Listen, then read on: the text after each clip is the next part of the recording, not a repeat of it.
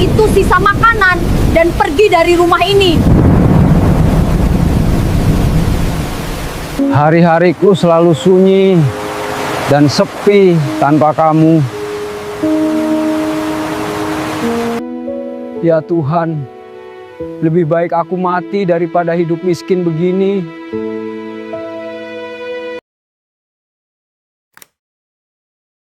Semua orang di desa itu menyaksikan saat seorang istri mengusir suaminya sendiri di tengah hujan deras.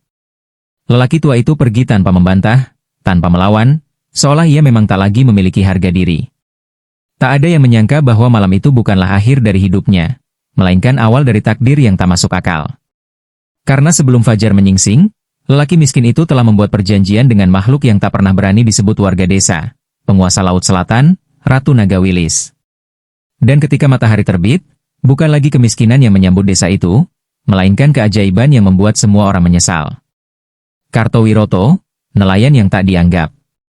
Kartowiroto telah menghabiskan lebih dari separuh hidupnya di atas perahu kayu kecil yang catnya mengelupas dimakan asin laut. Setiap dini hari sebelum ayam berkokok, ia sudah bangun, mengenakan caping tuanya, lalu berjalan menyusuri pasir yang masih dingin menuju perahunya. Langit biasanya masih gelap kebiruan, dan hanya suara ombak yang menemaninya. Tak ada tepuk tangan, tak ada doa yang terdengar lantang.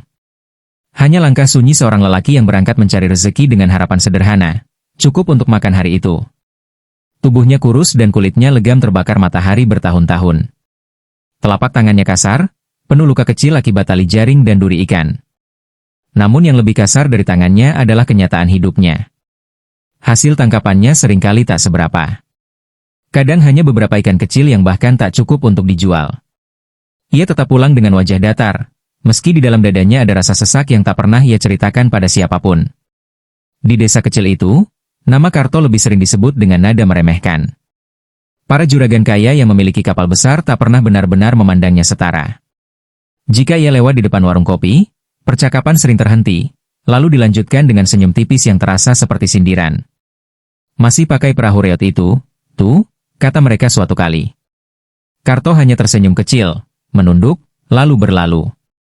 Ia sudah terlalu terbiasa untuk merasa sakit hati. Di rumah papan sederhana yang berdiri miring dekat pohon kelapa, istrinya, Sukarni Rahayu, menunggu dengan wajah penuh harap yang sering berakhir kecewa. Perempuan itu dulunya dikenal lembut, namun waktu dan kesulitan hidup telah mengikis kesabarannya sedikit demi sedikit. Setiap kali Karto pulang dengan hasil tangkapan yang minim, wajah Sukarni berubah muram. Ia tak langsung memarahi, tetapi tatapannya saja sudah cukup membuat dada Karto terasa lebih berat daripada jaring basah yang ia angkat dari laut. Sore hari di desa itu biasanya dipenuhi suara anak-anak berlarian dan aroma ikan bakar dari rumah-rumah yang lebih beruntung. Namun di rumah Karto, seringkali hanya ada suara kayu berderit dan angin yang menyusup lewat celah dinding. Sukarni mulai sering membandingkan hidup mereka dengan tetangga yang sudah mampu memasang keramik di lantai dan membeli sepeda motor baru. Setiap perbandingan terasa seperti tusukan halus yang tak berdarah, tetapi menyakitkan. Karto bukan lelaki yang pandai berdebat. Ia lebih memilih diam daripada memperpanjang pertengkaran. Baginya, kemiskinan bukan alasan untuk meninggalkan tanggung jawab. Namun diamnya sering disalahartikan sebagai kelemahan. Ia mendengar bisikan tetangga, merasakan perubahan sikap istrinya, dan menyadari perlahan bahwa dirinya mulai dianggap beban. Meski begitu, setiap pagi ia tetap melaut. Bukan karena yakin akan berhasil, tetapi karena ia tak tahu cara menyerah. Di dalam hatinya, Karto masih menyimpan keyakinan bahwa suatu hari laut akan membalas kesabarannya. Ia percaya bahwa Tuhan tidak tidur, dan setiap tetes keringat yang jatuh ke pasir akan diganti dengan sesuatu yang tak terduga. Namun ia tak pernah membayangkan bahwa balasan itu akan datang dengan cara yang melampaui nalar manusia, dan bahwa penghinaan yang ia terima hari ini hanyalah pintu menuju peristiwa besar yang akan mengguncang seluruh desa. Dan saat matahari tenggelam di ufuk barat, mewarnai langit dengan jingga kemerahan, Karto berdiri menatap laut sekali lagi. Ia tak tahu bahwa malam berikutnya akan menjadi malam terakhirnya sebagai nelayan miskin yang tak dianggap. Keluhan yang menjadi api dalam rumah. Seiring waktu berjalan, kesabaran Sukarni Rahayu menipis seperti kain yang terus-menerus ditarik tanpa henti. Ia masih bangun lebih pagi dari kebanyakan perempuan di desa, menanak nasi, menyapu halaman, dan menimba air sumur. Namun di balik semua itu, hatinya tak lagi tenang. Setiap kali melihat rumah tetangga yang kini berdinding bata dan beratap genteng baru, dadanya terasa panas. Ia merasa tertinggal, merasa gagal menjadi istri dari lelaki yang mampu mengangkat derajatnya. Karto sebenarnya melihat perubahan itu. Ia menyadari tatapan istrinya kini lebih sering kosong daripada hangat. Percakapan mereka tak lagi panjang seperti dulu. Jika dahulu mereka masih bisa tertawa meski hanya makan ikan asin, kini makan malam terasa seperti kewajiban tanpa rasa. Diam di antara mereka bukan lagi ketenangan, melainkan jarak yang tumbuh perlahan namun pasti. Suatu sore, saat angin laut bertiup lebih kencang dari biasanya, Sukarni berdiri di depan rumah sambil memandangi motor baru milik tetangga mereka. Mesin itu berkilau diterpa cahaya senja. Ia terdiam cukup lama, lalu tanpa sadar berkata lirih, "Andai saja hidup kita tidak seperti ini." Kalimat itu sederhana, tetapi beratnya seperti batu yang dilemparkan ke dalam hati Karto. Karto yang baru saja turun dari perahu kecilnya hanya bisa menunduk. Ember yang ia bawa berisi ikan-ikan kecil yang bahkan sulit dijual dengan harga layak. Ia ingin mengatakan bahwa ia sudah berusaha, bahwa laut tak selalu bisa dipaksa memberi. Namun kata-kata itu terasa sia-sia sebelum sempat keluar dari bibirnya. Ia tahu, yang diinginkan Sukarni bukan penjelasan, melainkan perubahan. Hari-hari berikutnya, nada bicara Sukarni mulai berubah. Ia tak lagi sekadar mengeluh, tetapi mulai membandingkan secara terang-terangan. "Lihat Sastromangun," katanya suatu malam. "Dulu dia tak jauh beda denganmu. Sekarang kapalnya 2. Rumahnya besar." Setiap perbandingan terasa seperti tamparan halus yang terus berulang. Karto merasa harga dirinya tergerus sedikit demi sedikit. Ia bukan lelaki yang malas. Ia tak pernah berjudi, tak pernah mabuk, tak pernah menghabiskan uang untuk hal sia-sia. Tetapi di mata istrinya, semua itu tak cukup. Yang terlihat hanyalah hasil, bukan usaha. Dan hasil itulah yang tak mampu ia berikan. Puncaknya terjadi ketika badai datang 3 hari berturut-turut. Laut bergelora, perahu-perahu kecil tak berani melaut. Persediaan beras di rumah menipis. Sukarni mulai panik, dan kepanikan itu berubah menjadi kemarahan. Ia merasa hidup mereka tak memiliki arah, seolah terjebak dalam lingkaran nasib yang tak pernah berubah. Karto mencoba menenangkan, mengatakan bahwa badai pasti berlalu. Namun bagi Sukarni, badai bukan hanya soal cuaca. Badai adalah simbol dari hidup yang tak kunjung membaik. Dan di dalam rumah kayu itu, badai kecil mulai tumbuh. Badai yang bukan berasal dari laut, melainkan dari hati yang lelah dan penuh kekecewaan. Di malam ketiga badai itu, ketika angin meraung lebih keras dari biasanya, Sukarni menatap Karto dengan mata yang berbeda. Bukan lagi sekadar kecewa, tetapi seolah telah mengambil keputusan dalam diam. Dan Karto, meski belum tahu apa yang akan terjadi, merasakan firasat aneh bahwa sesuatu yang besar akan segera meruntuhkan sisa-sisa ketenangan hidupnya. Malam itu belum berakhir, tetapi keretakan yang selama ini tersembunyi akhirnya siap pecah. Malam pengusiran. Hujan turun tanpa ampun sejak senja. Angin laut meraung kencang, menerpa dinding papan rumah Karto hingga berderit seperti hendak roboh. Malam itu laut sedang murka, dan tak satupun nelayan berani melaut.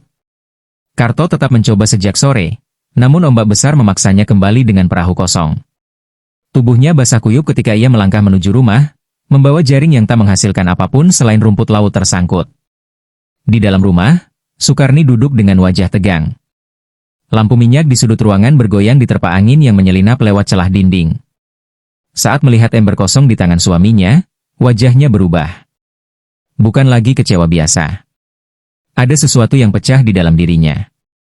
Sesuatu yang sudah lama tertahan. Kosong lagi, suara Sukarni bergetar, bukan karena dingin, tetapi karena amarah yang tak lagi bisa ia sembunyikan.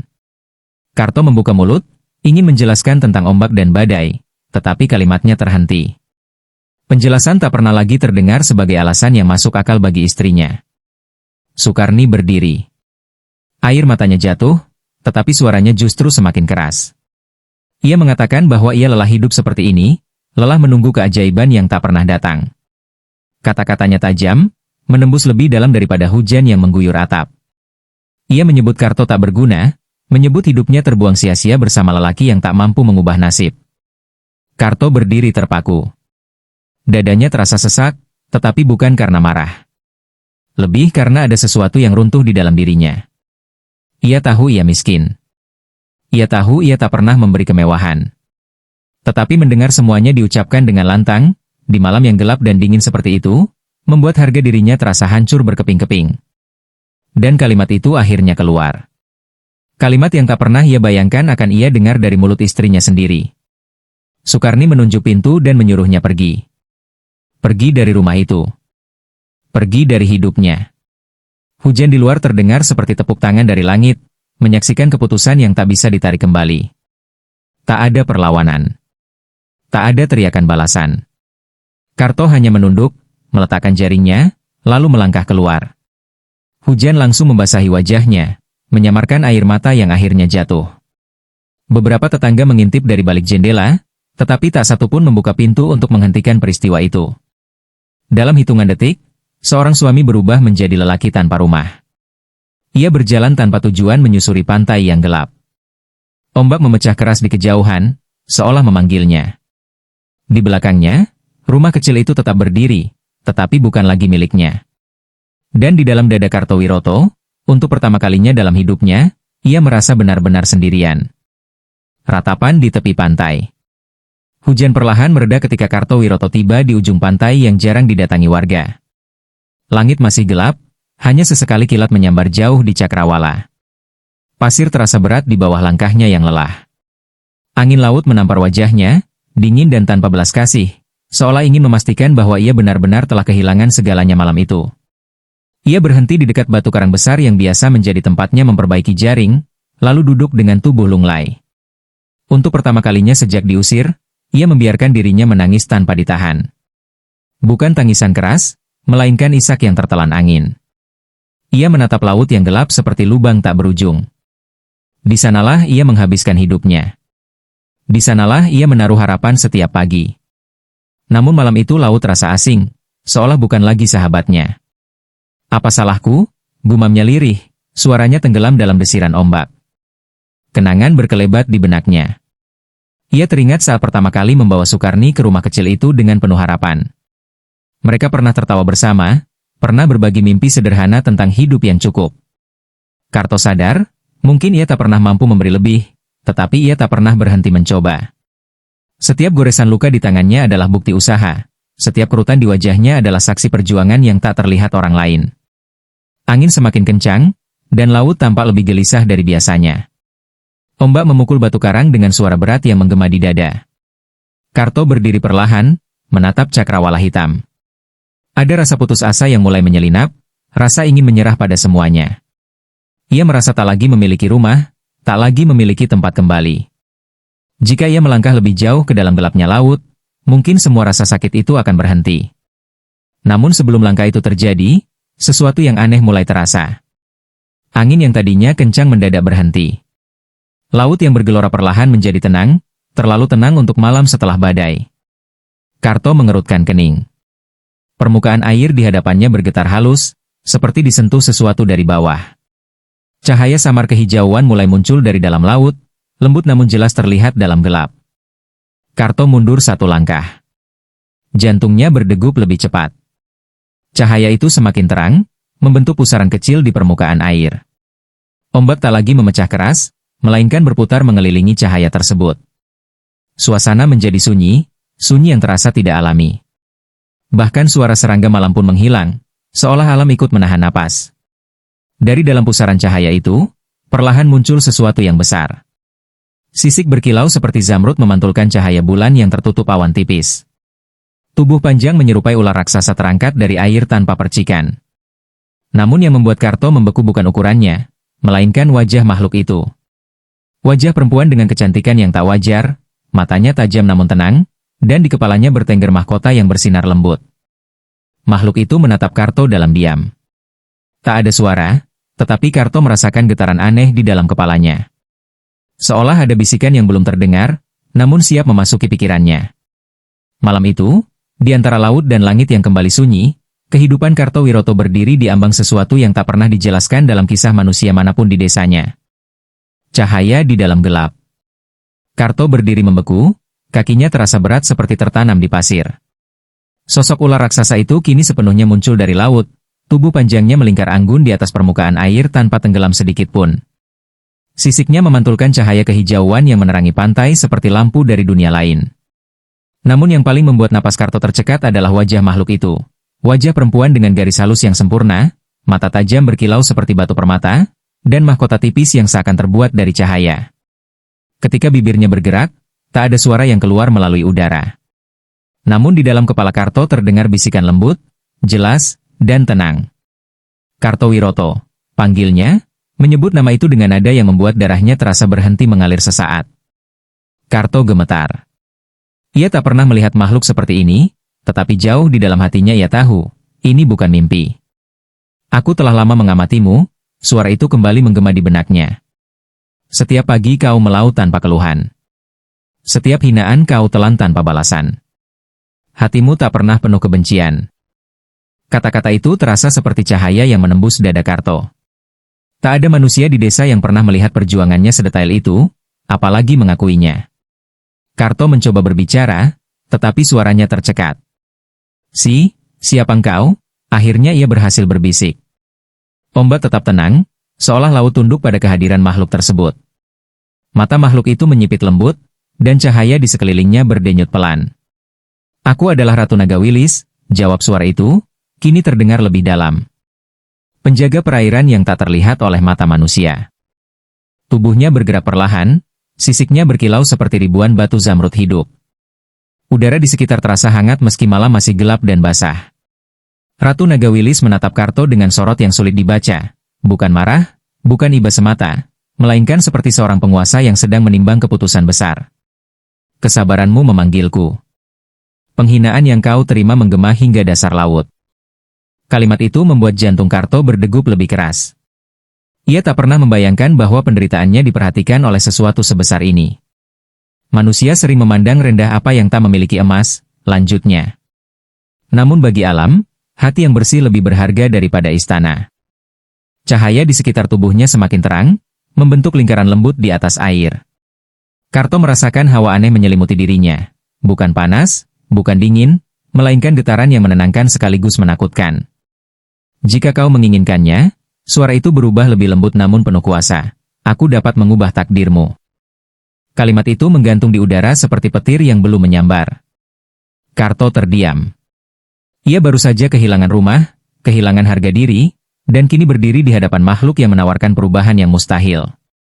Tawaran yang mengubah segalanya. Laut kembali sunyi, seolah seluruh alam menunggu jawaban dari seorang nelayan miskin yang tak pernah dianggap siapapun. Cahaya kehijauan dari tubuh Ratu Nagawilis memantul di pasir basah, membuat bayangan Karto tampak kecil dan rapuh. Namun di hadapan makhluk agung itu, justru hatinya terasa lebih jelas daripada sebelumnya. Ia sadar bahwa hidupnya memang telah hancur malam ini. Tidak ada rumah untuk kembali. Tidak ada pelukan yang menunggu. Tidak ada harga diri yang tersisa. Ratu Nagawilis bergerak perlahan mendekat, tubuh panjangnya melayang anggun di atas permukaan laut. Aku dapat memberimu lebih dari sekadar kekayaan, suaranya bergema di dalam kepala Karto. Aku dapat memberimu kehormatan. Aku dapat membuat mereka yang meremehkanmu menunduk di hadapanmu. Kata-kata itu bukan rayuan kosong. Ada kekuatan nyata yang terasa menggetarkan udara di sekelilingnya. Karto menelan ludah. Selama ini ia tak pernah menginginkan kemewahan berlebihan. Ia hanya ingin hidup cukup, dihargai sebagai manusia. Namun luka penghinaan yang baru saja ia alami masih terasa segar. Bayangan Sukarni yang menunjuk pintu dengan mata penuh kemarahan muncul jelas di benaknya. Rasa sakit itu belum sempat mengering. Apa? Apa yang harus kulakukan? Suara Karto terdengar serak, nyaris tak terdengar di tengah desiran ombak yang kembali bergerak pelan. Ia bukan orang yang terbiasa membuat keputusan besar. Selama hidupnya, ia hanya mengikuti arus hari demi hari. Namun malam ini, ia dipaksa memilih arah yang tak pernah ia bayangkan. Ratu Nagawilis menatapnya dalam diam sejenak sebelum menjawab. Kau harus bersumpah setia pada perjanjian ini. Kau tidak boleh membuka rahasia tentang asal-usul keberuntunganmu. Kau tidak boleh mengkhianati kesetiaan yang kuberikan. Dan yang terpenting, kau tidak boleh membiarkan kesombongan tumbuh dalam hatimu. Setiap syarat diucapkan dengan tekanan yang membuat pasir di sekitar mereka bergetar halus. Cahaya di sekeliling tubuh sang ratu berdenyut pelan, seperti napas makhluk hidup yang sangat besar. Jika kau melanggar, maka semua yang kuberikan akan kembali padaku. Dan bukan hanya itu, kau akan merasakan kehilangan yang lebih dalam daripada malam ini. Kalimat terakhirnya terdengar lembut, tetapi ancamannya nyata. Karto menutup mata sejenak. Dalam gelap pikirannya, ia melihat dua jalan. Jalan pertama adalah kembali menjadi lelaki miskin yang dihina, mungkin tidur di perahu atau mengembara tanpa tujuan. Jalan kedua adalah melangkah ke dunia yang tak ia pahami, penuh kemewahan namun terikat aturan yang tak boleh dilanggar. Tidak ada pilihan yang sepenuhnya aman. Namun sesuatu di dalam dirinya berkata bahwa hidupnya tak lagi memiliki apapun untuk dipertahankan. Ia membuka mata, menatap langsung ke arah Ratu Nagawilis. "Jika ini kehendak yang maha kuasa, aku terima," katanya pelan, tetapi mantap. Kata-kata itu meluncur seperti penyerahan total pada takdir yang tak terlihat. Sumpah di bawah cahaya bulan. Begitu kata-kata persetujuan itu keluar dari mulut Karto, cahaya kehijauan yang menyelimuti pantai berubah menjadi lebih terang, hampir menyilaukan. Langit yang tadinya tertutup awan perlahan terbuka, memperlihatkan bulan purnama yang muncul utuh seolah memang telah menunggu momen itu. Ombak yang sebelumnya tenang kini bergerak membentuk lingkaran besar di sekitar tubuh Ratu Nagawilis, seperti pusaran yang teratur dan penuh kendali. Karto merasakan tubuhnya menjadi ringan. Bukan seperti melayang, melainkan seperti beban bertahun-tahun yang menekan dadanya perlahan diangkat satu persatu. Rasa sakit karena hinaan, rasa malu karena kemiskinan, bahkan bayangan wajah Sukarni yang mengusirnya, semuanya terasa menjauh. Untuk pertama kalinya dalam hidupnya, ia tidak merasa kecil. Ratu Nagawilis mengangkat kepalanya tinggi. Mahkota bercahayanya memantulkan sinar bulan hingga membentuk kilau seperti ribuan bintang kecil. "Sumpahmu telah terikat," suaranya menggema di dalam kepala Karto. "Mulai malam ini, hidupmu tak lagi berada di tangan manusia." Kalimat itu bukan ancaman, melainkan pernyataan yang tak bisa dibantah. Air laut perlahan naik tanpa membasahi kaki Karto. Dari dalam permukaan yang berkilau, muncul bayangan-bayangan samar seperti bangunan yang terbentuk dari cahaya. Pilar-pilar tinggi, tangga yang berkilau, dan gerbang besar yang perlahan menjulang. Karto menatap dengan napas tertahan, ia sedang menyaksikan sesuatu yang tak pernah diceritakan dalam dongeng desa manapun. "Datanglah," bisik Ratu Nagawilis. Tubuhnya bergerak perlahan ke arah pusaran cahaya yang kini membentuk jalur seperti jembatan air. Tanpa benar-benar memahami mengapa, kaki Karto melangkah mengikuti. Setiap langkahnya terasa ringan, seolah pasir tak lagi menahannya. Saat ia menapakkan kaki pada jalur bercahaya itu, ia tidak tenggelam. Air di bawahnya terasa padat seperti kaca transparan. Jantungnya berdegup cepat, namun bukan karena takut semata, ada rasa takjub yang mengisi dirinya. Dunia yang selama ini ia kenal hanya sebatas perahu reot dan jaring sobek, kini terbuka menjadi sesuatu yang jauh lebih besar. Di kejauhan, bangunan bercahaya itu semakin jelas. Ukiran-ukiran menyerupai sisik naga menghiasi dindingnya. Pilar-pilar tinggi berdiri kokoh seakan terbuat dari batu giok raksasa. Udara terasa berbeda, tidak asin seperti pantai, melainkan harum dan hangat. Karto merasa seperti melangkah keluar dari dunia manusia menuju alam yang tak pernah disentuh oleh waktu. Sebelum ia benar-benar memasuki gerbang bercahaya itu, Ratu Nagawilis berhenti dan menoleh. "Ingat sumpahmu," suaranya kini lebih lembut namun dalam. "Kemuliaan yang kau terima malam ini akan sebesar kesetiaanmu." Mata indahnya menatap Karto tajam, memastikan kata-kata itu tertanam kuat. Istana di dasar laut. Saat Karto melewati gerbang bercahaya itu, udara di sekelilingnya berubah sepenuhnya. Ia tidak lagi mencium bau asin laut, melainkan aroma lembut seperti bunga yang tak pernah ia kenal sebelumnya. Langit malam menghilang, digantikan kubah cahaya kehijauan yang luas dan berkilau seperti kristal raksasa. Di bawah kakinya bukan lagi pasir, melainkan lantai transparan yang memperlihatkan arus air bergerak perlahan di kedalaman tak terukur. Ia menyadari bahwa dirinya kini berada di dalam istana yang berdiri di dasar laut, namun anehnya ia tetap bisa bernapas dengan mudah. Tubuhnya terasa ringan, pakaiannya yang basah kini kering seketika. Bahkan luka-luka kecil di tangannya menghilang tanpa bekas. Karto mengangkat tangannya, memandanginya dengan tak percaya. Seluruh hidupnya dihabiskan dalam rasa letih, dan kini tubuhnya terasa seperti puluhan tahun lebih muda. Di sepanjang aula besar itu berdiri pilar-pilar tinggi menyerupai giok bercahaya, dihiasi ukiran naga dan gelombang laut. Di kejauhan, makhluk-makhluk aneh berenang perlahan di luar dinding transparan istana, ikan-ikan besar berwarna keemasan, ubur-ubur bercahaya, dan bayangan makhluk raksasa yang hanya terlihat sekilas sebelum menghilang ke dalam gelap. Namun tidak ada satupun yang tampak mengancam. Semua bergerak teratur, seolah tunduk pada satu kekuasaan. Ratu Nagawilis kini berdiri di tengah aula dalam wujud yang lebih menyerupai manusia. Tubuh ularnya menyusut menjadi ekor panjang berkilau, sementara bagian atasnya tetap berupa perempuan jelita dengan mahkota bercahaya. Tatapannya tidak lagi terasa menakutkan, melainkan agung dan penuh kendali. Inilah dunia yang tersembunyi dari mata manusia, suaranya kembali terdengar di benak Karto. Karto berlutut tanpa diminta. Bukan karena takut, melainkan karena takjub yang begitu besar. Mengapa aku? Pertanyaan itu akhirnya keluar dari bibirnya. Ia hanyalah nelayan yang tak memiliki apa-apa. Tidak kaya, tidak berilmu tinggi, bahkan tidak dihormati di desanya sendiri. Ratu Nagawilis berjalan perlahan mendekatinya. Karena kau tidak pernah membenci laut meski laut sering tak memberimu apa-apa, jawabnya tenang. Karena kau tidak pernah mengutuk takdir meski dihina manusia. Setiap kata terasa seperti kebenaran yang tak bisa dibantah. Karto menunduk, dadanya terasa hangat oleh sesuatu yang belum pernah ia rasakan, pengakuan. Di ujung aula, sebuah singgasana tinggi terbentuk dari cahaya dan batu giok bercahaya. Ratu Nagawilis duduk di atasnya dengan wibawa yang tak tergoyahkan. Mulai hari ini, katanya pelan namun penuh kuasa, kau akan menerima apa yang selama ini dirampas darimu, kehormatan. Lantai di sekitar Karto berpendar lebih terang, dan pakaian lusuhnya perlahan berubah menjadi busana kebesaran dengan motif laut dan naga yang terukir halus. Karto menatap dirinya sendiri dalam pantulan lantai kristal.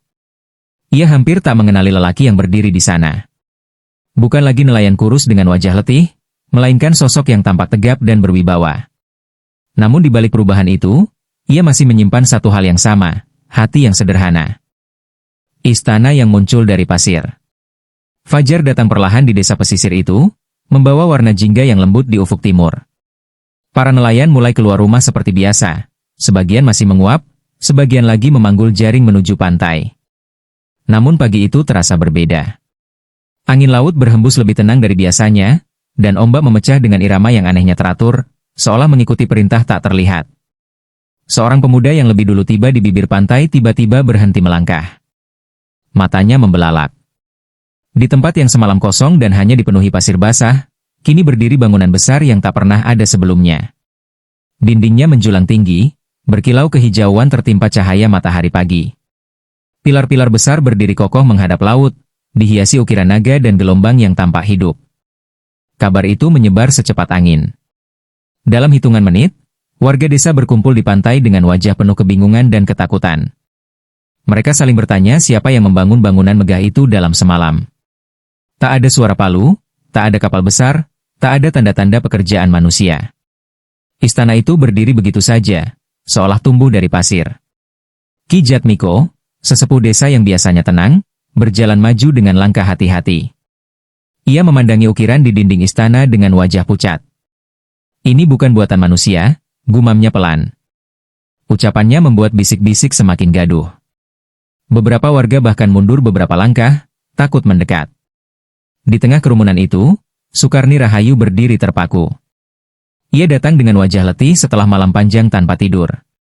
Sejak Karto pergi, hatinya tak pernah benar-benar tenang.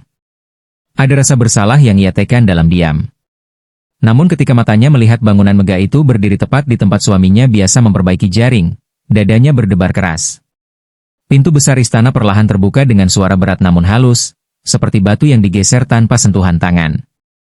Cahaya kehijauan memancar dari dalam, membuat warga menahan napas. Dan dari dalam cahaya itu, muncul sosok lelaki yang langkahnya tegap dan penuh wibawa. Lelaki itu mengenakan busana kebesaran bermotif laut dan naga, kainnya berkilau namun tidak berlebihan. Rambutnya tersisir rapi, wajahnya bersih tanpa garis letih yang biasa menghiasi dahinya. Namun mata itu, mata yang dalam dan tenang, tak berubah sedikit pun. Karto, suara Sukarni hampir tak terdengar ketika nama itu terucap dari bibirnya sendiri. Warga desa saling pandang. Nelayan miskin yang semalam diusir dalam hujan kini berdiri di ambang istana yang muncul dari pasir. Tak ada bekas air mata, tak ada lagi tubuh kurus yang membungkuk. Yang berdiri di hadapan mereka adalah sosok yang memancarkan kehormatan yang tak bisa dijelaskan. Penyesalan Sukarni. Angin pagi berhembus pelan, namun dada Sukarni terasa sesak seperti dihimpit batu besar. Sosok yang berdiri di depan istana itu memang Kartowiroto, tidak mungkin ia salah. Tatapan matanya masih sama, tenang dan dalam. Tetapi seluruh penampilannya berubah begitu drastis hingga sulit dipercaya. Busana kebesaran yang dikenakannya berkilau lembut diterpa matahari, dan sikap tubuhnya tegap penuh wibawa, berbeda jauh dari lelaki yang semalam pergi dengan langkah tertunduk. Bisik-bisik warga semakin ramai. Beberapa yang dulu sering mengejek ini justru menundukkan kepala. Sastro Mangun, juragan kaya yang paling sering membandingkan dirinya dengan Karto, berdiri kaku tanpa kata. Tidak ada yang berani mendekat terlalu cepat. Seolah ada jarak tak kasat mata yang kini memisahkan Karto dari kehidupan lamanya. Sukarni melangkah perlahan ke depan. Kakinya terasa berat, pikirannya campur aduk antara takut, malu, dan harap. Ia teringat jelas bagaimana semalam ia menunjuk pintu dengan kemarahan. Kata-kata tajam yang ia ucapkan kini bergema kembali di kepalanya, terasa lebih menyakitkan daripada saat diucapkan. Ia tak pernah benar-benar menginginkan suaminya pergi selamanya. Ia hanya ingin hidupnya berubah. Namun perubahan ini jauh melampaui bayangannya. Karto, suaranya kini lebih jelas, meski masih bergetar. Lelaki itu menoleh pelan. Tatapan mereka bertemu. Tidak ada kebencian di mata Karto. Tidak ada pula ejekan. Hanya ketenangan yang sulit dijelaskan. Ketika ia melangkah turun dari tangga istana, seluruh warga mundur satu langkah secara refleks. Sukarni tak kuasa menahan air mata. Ia berlutut di atas pasir tanpa memedulikan tatapan warga.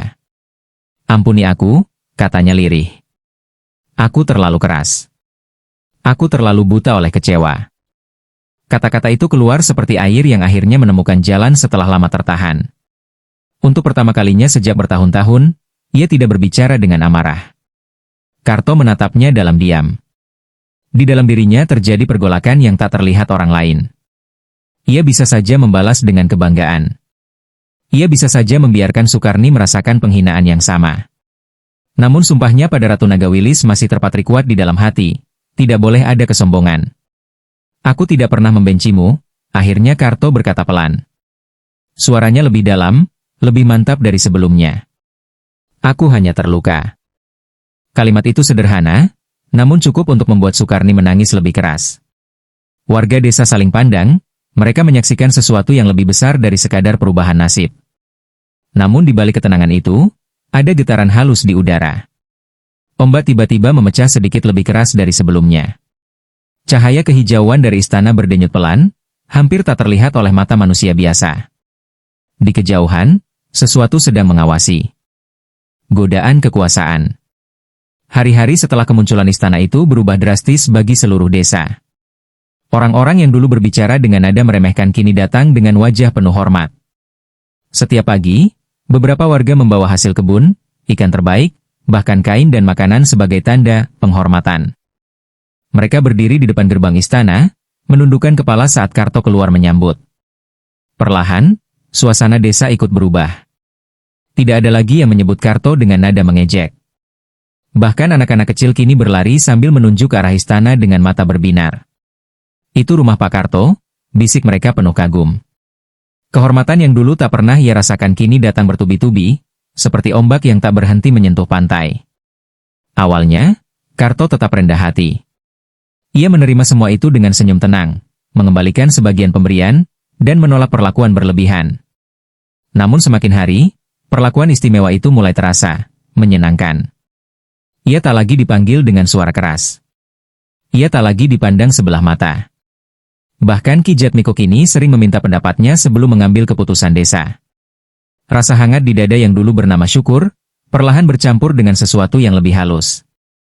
Ada getaran kecil setiap kali orang-orang menunduk di hadapannya. Ada kebanggaan yang tak diundang, tetapi hadir tanpa disadari.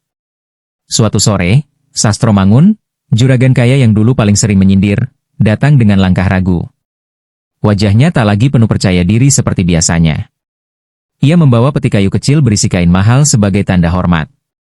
"Aku salah menilaimu dulu," katanya pelan, nyaris tak terdengar. Karto memandangnya cukup lama sebelum menjawab. Dalam benaknya terlintas bayangan malam penghinaan yang pernah ia terima. Untuk sesaat, ia merasakan dorongan untuk menunjukkan bahwa kini keadaan telah berbalik. Bahwa kini dialah yang berdiri lebih tinggi. Hanya sesaat, tetapi cukup untuk membuat udara terasa berbeda. Di kejauhan, laut tampak lebih gelap dari biasanya meski matahari belum sepenuhnya tenggelam. Ombak memecah sedikit lebih keras, seolah memberi peringatan yang hanya bisa dirasakan oleh hati yang peka. Karto merasakan sesuatu bergetar halus di dalam dadanya. Sebuah ingatan akan sumpah yang pernah ia ucapkan di bawah cahaya bulan. Jangan biarkan kesombongan tumbuh. Kalimat itu tiba-tiba terasa lebih berat dari sebelumnya. Namun godaan kekuasaan tidak pernah datang dengan wajah menakutkan. Ia datang dengan senyum, dengan pujian, dengan rasa dihargai yang selama ini dirindukan. Dan ujian sebenarnya baru saja dimulai. Rahasia yang hampir terbongkar. Malam itu, halaman istana diterangi lampu-lampu minyak dan obor yang dipasang warga sebagai bentuk penghormatan. Untuk pertama kalinya sejak kemunculannya, Karto mengadakan jamuan kecil bagi para tetua desa dan beberapa tokoh penting, termasuk Sastro Mangun. Meja panjang dipenuhi hidangan terbaik yang pernah terlihat di desa itu. Udara terasa hangat oleh pujian dan rasa kagum yang terus mengalir. Orang-orang duduk mengelilinginya, mendengarkan setiap kata yang keluar dari mulutnya dengan penuh perhatian. Beberapa bahkan tertawa lebih keras dari yang seharusnya, seolah ingin menunjukkan kesetiaan mereka. Dalam sorot mata para tamu itu, Karto melihat sesuatu yang dulu tak pernah ia miliki, pengaruh. Sastro Mangun yang duduk di sisi kanan meja mengangkat cangkirnya. Tak pernah kami sangka, katanya dengan nada setengah kagum setengah penasaran, bahwa dalam semalam nasib bisa berubah sedrastis ini. Sungguh luar biasa. Beberapa tamu mengangguk setuju. Pertanyaan yang tak terucap menggantung di udara. Bagaimana mungkin semua ini terjadi? Karto tersenyum tipis. Di dalam dirinya, dua suara saling bertarung. Suara pertama mengingatkan akan sumpahnya, rahasia tak boleh dibuka. Suara kedua berbisik lembut, mengatakan bahwa tak ada salahnya menunjukkan sedikit kekuasaan agar tak ada lagi yang meragukannya. Laut, selalu memiliki caranya sendiri memberi balasan. Karto mulai berkata perlahan. Kalimat itu aman. Belum melanggar apapun. Namun beberapa tamu saling pandang, jelas menginginkan penjelasan lebih jauh. Sastro tersenyum tipis, mendorong percakapan dengan nada yang terdengar ringan tetapi penuh makna. Atau mungkin ada rahasia yang belum kami ketahui? Jantung Karto berdetak lebih cepat. Ia merasakan hawa hangat naik ke wajahnya, bukan karena malu, tetapi karena godaan untuk membuktikan bahwa ia bukan lagi lelaki yang bisa dipermainkan.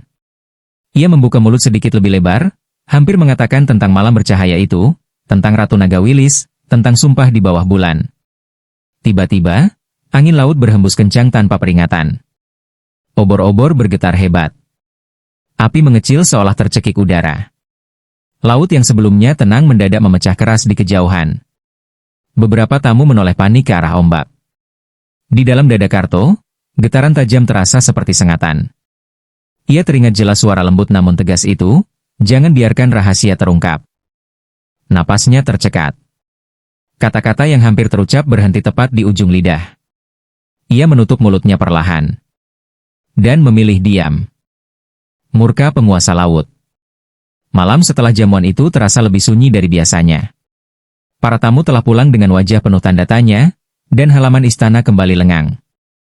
Namun udara tidak lagi terasa hangat. Angin yang berhembus membawa hawa dingin yang menusuk hingga ke tulang. Karto berdiri sendirian di beranda istana, menatap laut yang tampak lebih gelap dari biasanya. Di kejauhan, kilat menyambar tanpa suara petir. Awan tebal bergerak cepat menutup bulan.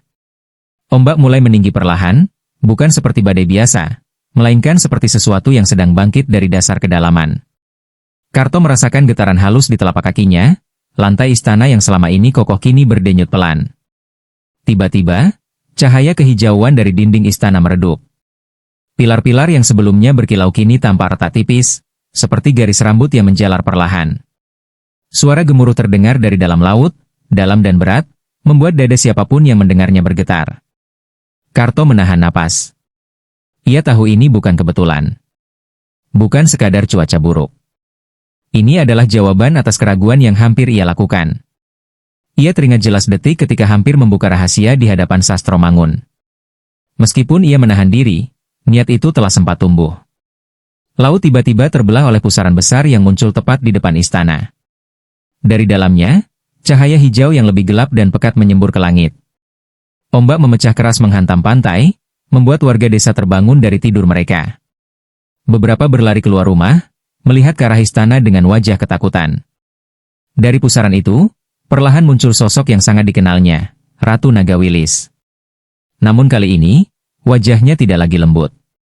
Matanya menyala terang, bukan dengan kehangatan, melainkan dengan kekuasaan yang tak terbantahkan. Kartowiroto, suaranya bergema bukan hanya di kepala, tetapi juga di udara malam.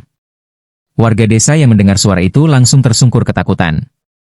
Tanah bergetar halus setiap kali ekor raksasanya bergerak di atas permukaan laut. Kau hampir melupakan sumpahmu. Kalimat itu jatuh seperti palu raksasa di dada Karto. Ia berlutut tanpa diminta, kepalanya tertunduk dalam-dalam.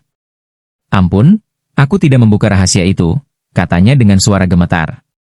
Namun ia tahu, penguasa laut tidak hanya menilai tindakan, ia menilai niat.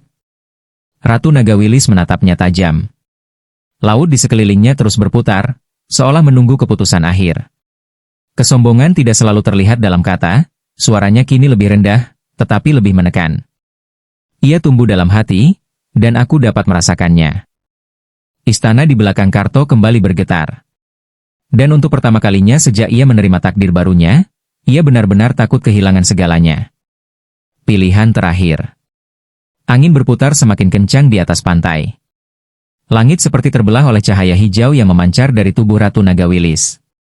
Ombak menghantam pasir tanpa henti, dan warga desa hanya bisa tersungkur ketakutan, tak berani mengangkat wajah. Di tengah kekacauan itu, Karto berlutut dengan kepala tertunduk, merasakan getaran kekuatan yang jauh melampaui dirinya. Istana di belakangnya mulai retak lebih jelas. Cahaya yang selama ini memancar lembut kini berkedip tidak stabil. Pilar-pilar tinggi mengeluarkan suara gemuruh halus, seperti batu yang menahan beban terlalu berat.